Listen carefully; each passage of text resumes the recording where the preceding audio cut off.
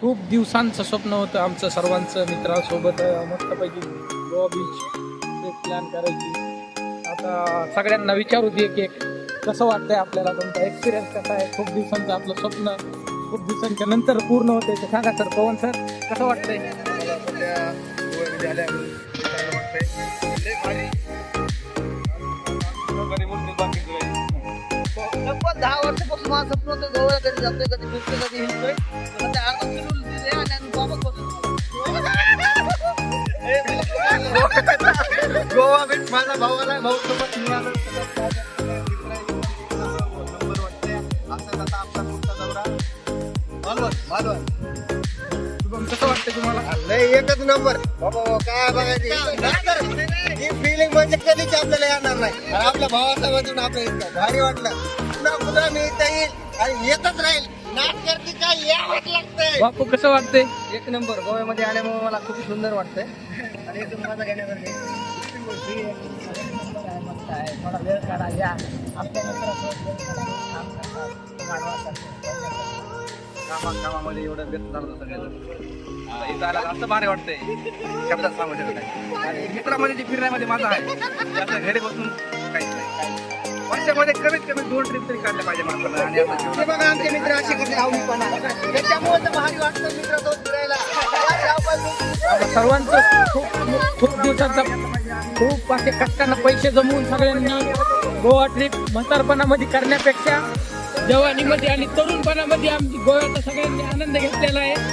आमचा सगळ्यांचं खूप मोठं स्वप्न होतं की आम्ही 10 वर्षापासून गोवा ट्रिप प्लॅन करायची होती. फक्त ह्या माणसामुळे आमची गोवा ट्रिप प्लॅन झालेली आहे.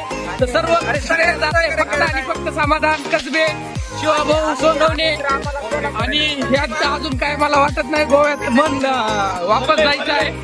नाही भरलं राहायचंय. ह्यांना फक्त गोव्यामध्येच राहू वाटायले, पण तरी आता फक्त आणि फक्त पैशाच्या अभावी आम्हाला वापस जायचंय. ही माणूस 2000 किलोमीटर प्रवास आणखी ह्याच्यामध्ये फक्त आणि फक्त मित्रांसोबत फिरायला जायचंय म्हणून. हो का? आता घरी जायचा वेळ झालेला आहे. बीचवरून फिरून ऊन बघा कसलं पडलंय. तरी ह्यांचं हे लहान लेकरासारखं माती खेळायला जणू काय ह्यांना माती कधी भेटली नाही. बघा ह्यांचं म्हणजे असं इतका आनंद घेते या बीचचा की सांगूच शकत नाही त्यांना. हे बघा हे बापू सोबत काय करायलेत. पाहिजे आम्हाला चांगलं.